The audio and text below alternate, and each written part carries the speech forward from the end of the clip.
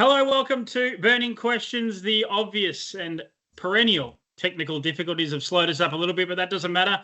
I shouldn't even say it because the audience wouldn't have known unless I've brought it up, but it was my fault to start with. Nathan Jack had a few audio problems, but Nathan, hopefully we can hear you loud and clear ahead of a big show for looking ahead at the Melton meeting on Saturday night and, of course, also the Victoria Derby heats on Sunday at Maryborough. Welcome to the show.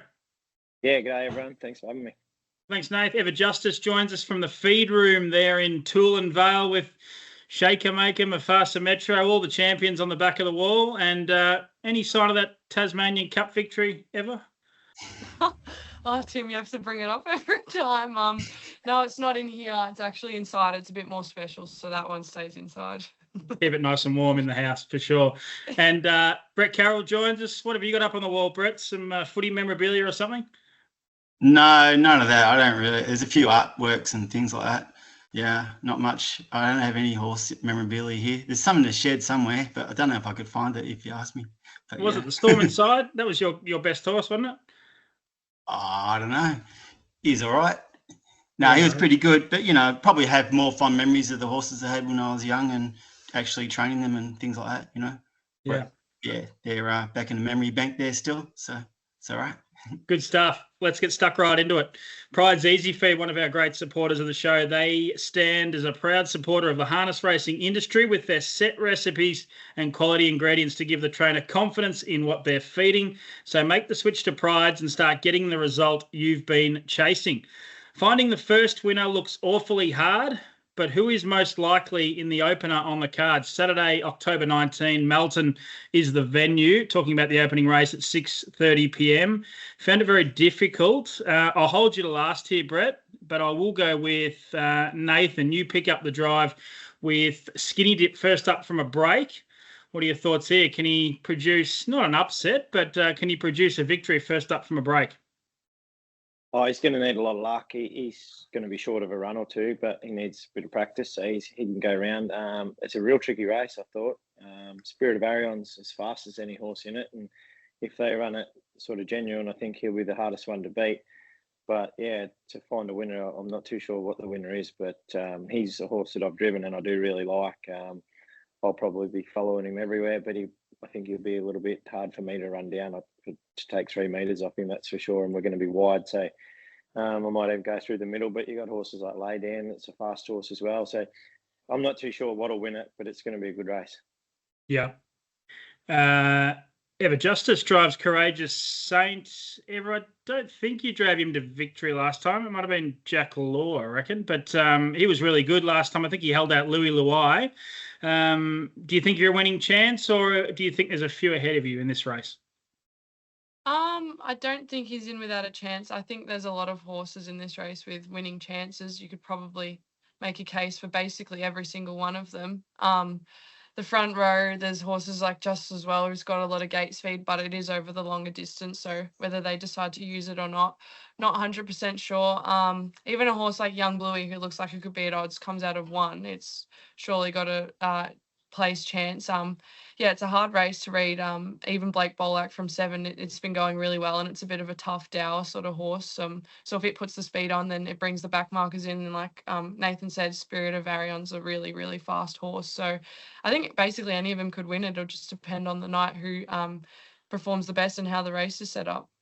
Yeah, I think that's the case. Brett, we'll go to you. I'm with Spirit of Arion narrowly ahead of a host of others. Are you seeing it the same way, or what are you doing here? Sometimes you can produce one at odds in these sorts of races. I think the first two have summed it up quite well. It's a very open race. I've got a top 3 and a sort of top 4 because Louis Luai confuses me a little bit because they haven't been using it up this preparation. So, and it should have won last time, but it didn't, and that's probably because they've been a bit kind to it. So maybe it's toughened up since that run. So it can cross all the ones inside it. And then it's a matter of does it hold, does it hand up? So I think either way, I reckon Blake Bolak's got a pretty good chance to work into the top. So I'd probably make it my top pick. But I do respect Spirit of Arion a lot, and Just as well, because he ran in the free-for-all last time. And I think that really does give him a lot of benefit, I reckon he's going pretty good and gets Greg Sugars, yeah. Yeah, okay. So Blake Bolak, Sorry, Louis Luai on top for you, did you say? Or Blake? No, Louis Luai is in my top 4. But Yep. if it wasn't for him, I'd be more confident of working the race out. But I'm not sure what they'll do on it because, bit confused. Yeah, he disappointed me last time I was on him at Bendigo. He couldn't get past, I think it was Courageous Saint. It was that race and had it all there for him to win. But, let's go wide perhaps in the early quaddie to kick off the card. Logical Staffing Solutions provide labour hire and recruitment services to the transport, warehousing, automotive and manufacturing industries. The logical solution for your staffing needs. Mufasa was close to an upset on Vic Cup night. So is he the one to beat in this free-for-all fight? Race 2 on the card at 7 p.m. We will go. I might go straight back to you here, Brett. We'll leave the 2 drivers to last. My opinion here, I thought Kiang Chucky might be a chance to work to the top here. I found it an interesting race, but I went with Kiang Chucky on top. How did you see it? You're throwing me one from left field there. Kiang Chucky working to the top. I didn't realise they were using that horse up early. I thought no chance of going forward. But you're throwing one out from left field there, Tim. Wow. This is the chance. All right. Well, I think on times from last week, Kiang Chucky on Rejet Mufasa Metro, almost identical. So it's going to come to tactics and what happens in the rest of the field. One overall was pretty ordinary last week, to be honest. But he can throw in one of those races where he just loses his action for some reason. So he's sort of the only other chance, I think. But I can't really split them, to be honest. Can you, if you don't think Kiang Chucky works to the top, can you at least find us the leader then? Well, then I'm Ready Jet might work to the front. And then it'd be pretty hard to beat, you'd think. I'm just ignoring the failure when he was short favourite that time. His run last week was right back to his prior form. So sometimes they throw in I think Andy said he tied up, which I know nothing about. The other guys can elaborate on that. That's just getting tired, isn't it, Nathan? Tying up? Pretty much just like the gas are building up, yeah. Yeah. You are driving Revelstoke, one of 2 runners for Andy Gath. Are you going to get involved early, Nathan? Oh, well, she can run the gate a little bit, Revelstoke, but I don't know what'll lead. I thought Kiang Chucky was a chance of leading, but I was a bit like you. But I'm Ready Jet was a terrific run last week.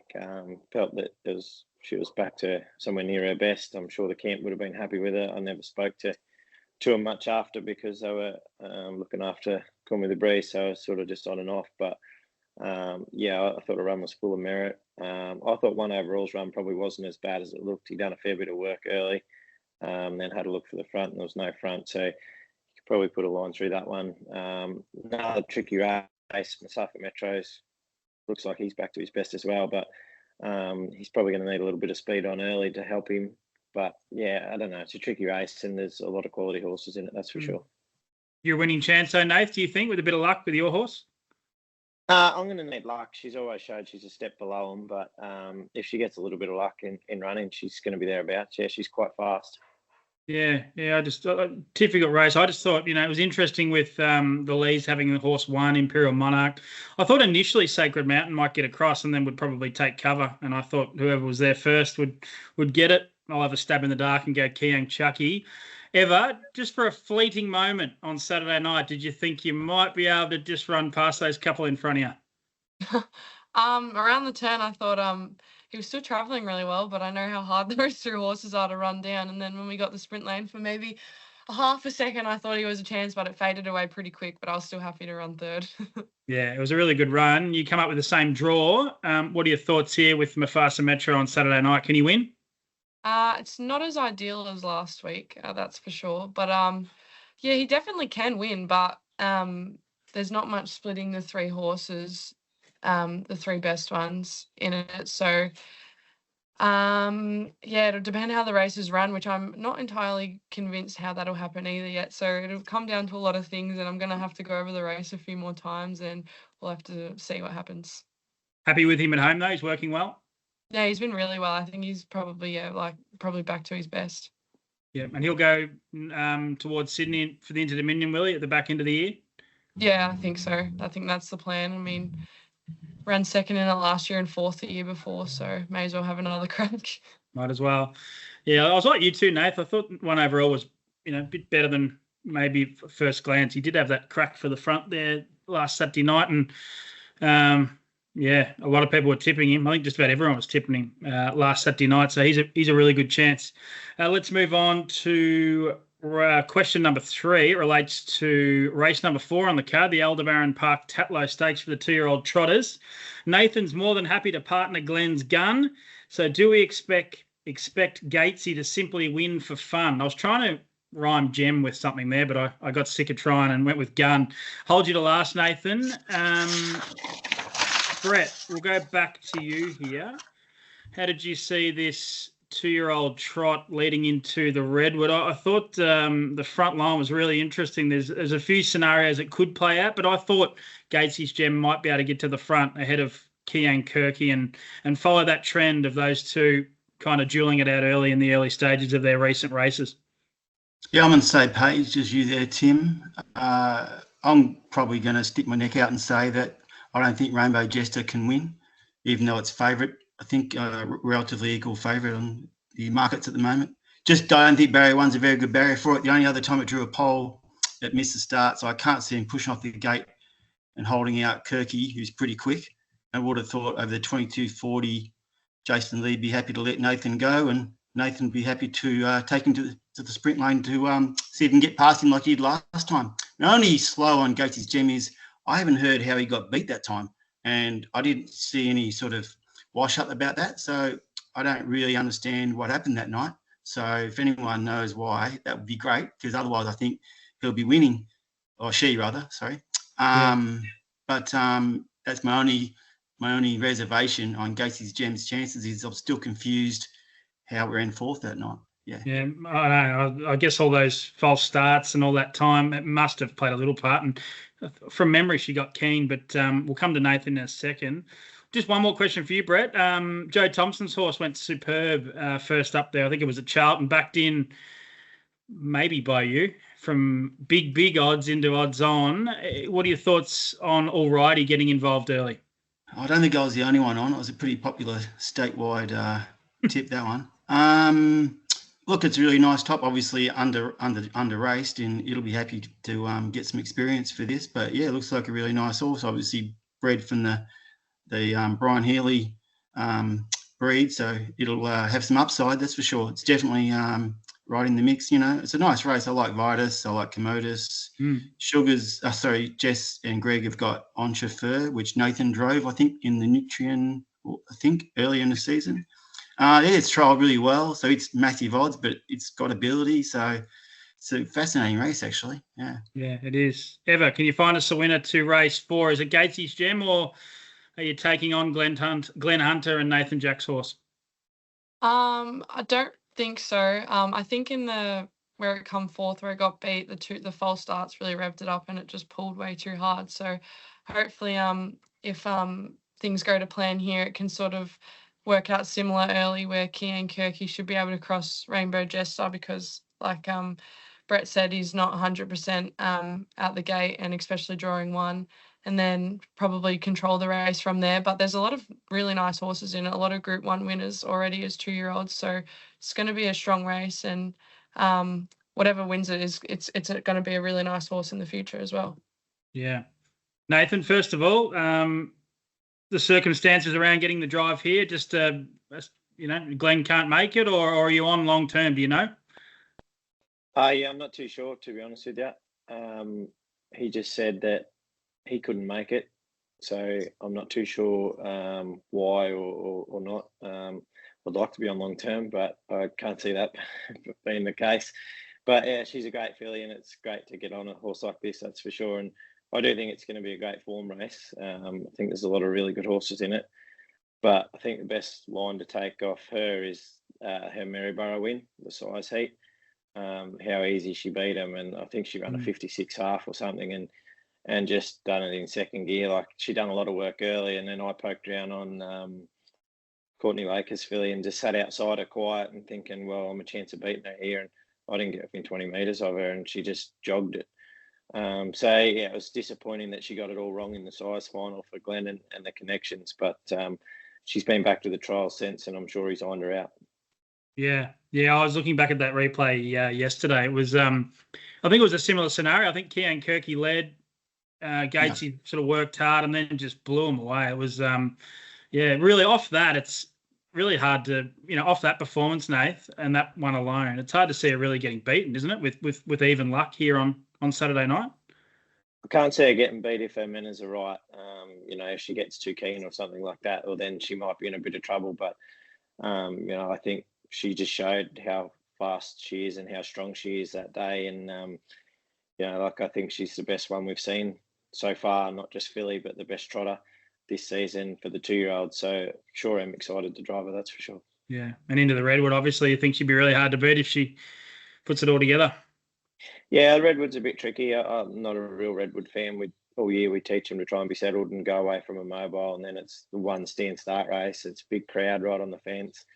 The Locomotive was bomb-proof early as a 2-year-old, and he got it wrong there at the Redwood. It's the only time he ever got it wrong. So, and he was a bomb-proof horse. So it just goes to show how hard it is. But whatever the path they go with her, I'm sure she'll acquit herself well. Yeah.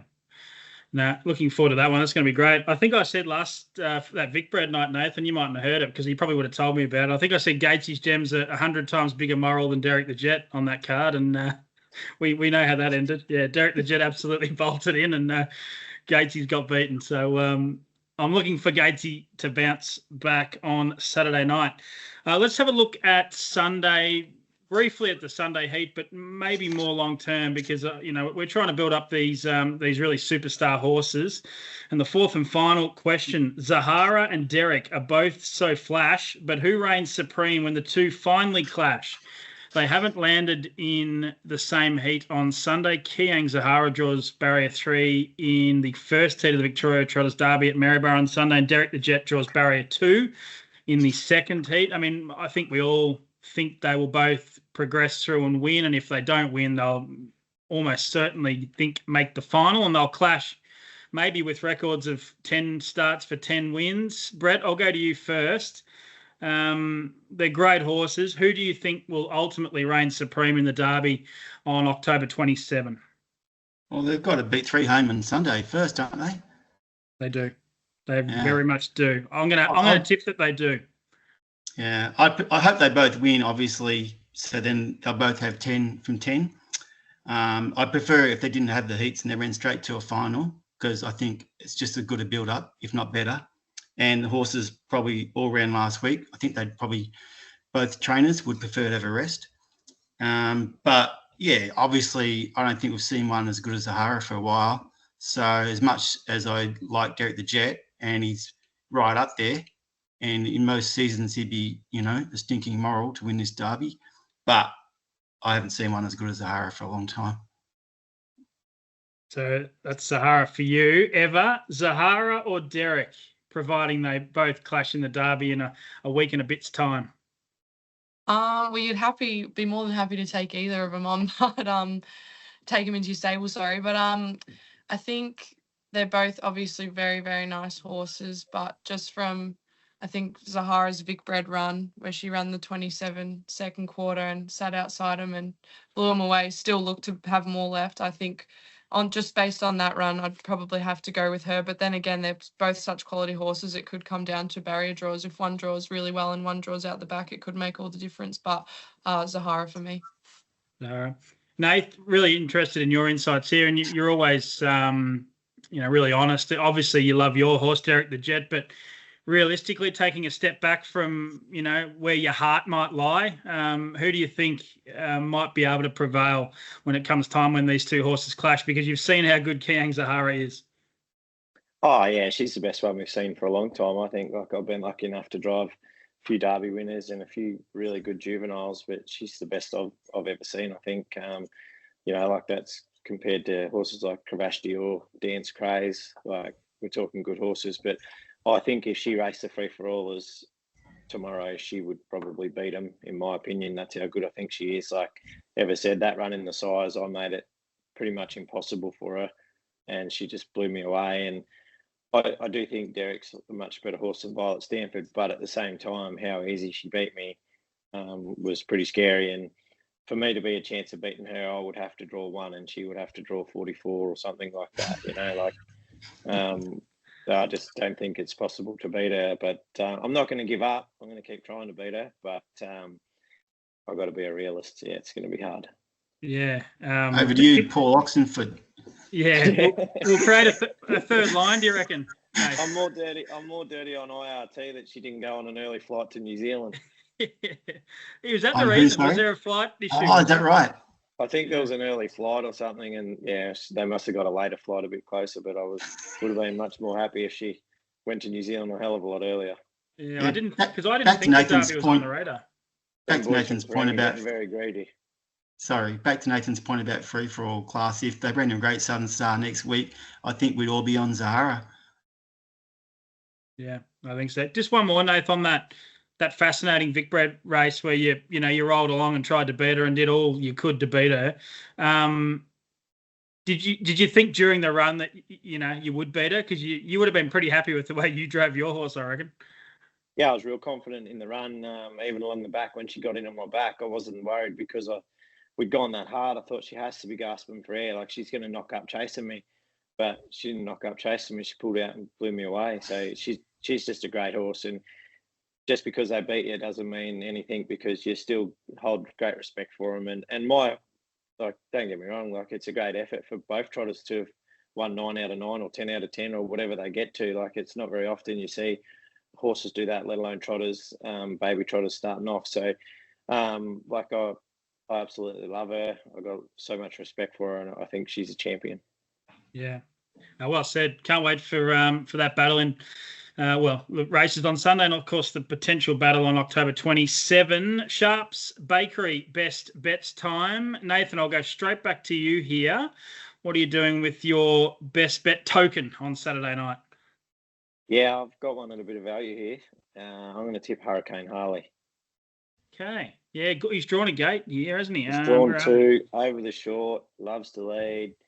2 runs ago at Geelong, he went 3 wide on his own, which he's never as good from the back of the field, and got beat 2 metres to Bulletproof Boy. Bulletproof Boy would be odds on in this race if he was drawn good.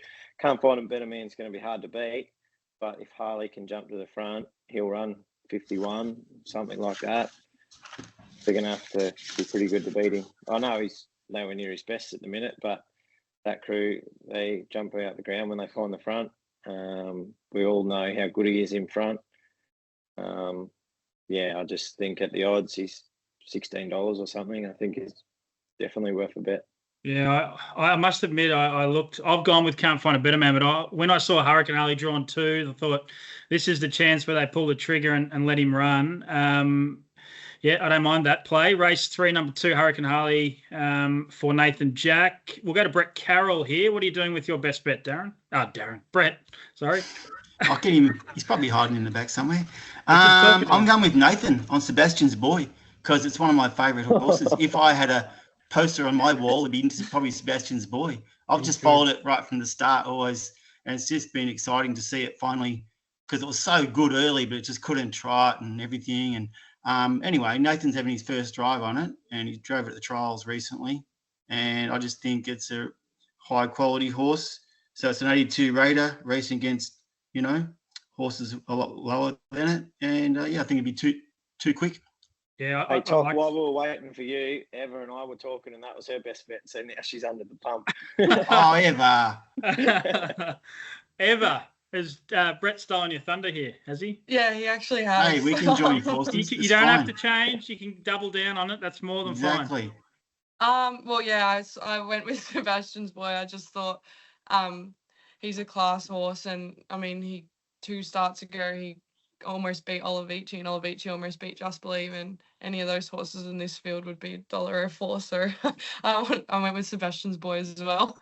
I like the play. I've gone with him on top. I haven't made him the best, but just need Jackie Barker to stick true to form on El Rosamo. Yeah, when he ran second of Olivici, Brett, I reckon he was 4 poles, and he nearly knocked him off. He's going to be maybe leaders back here. So did he feel good at trials, leaders mate? Back.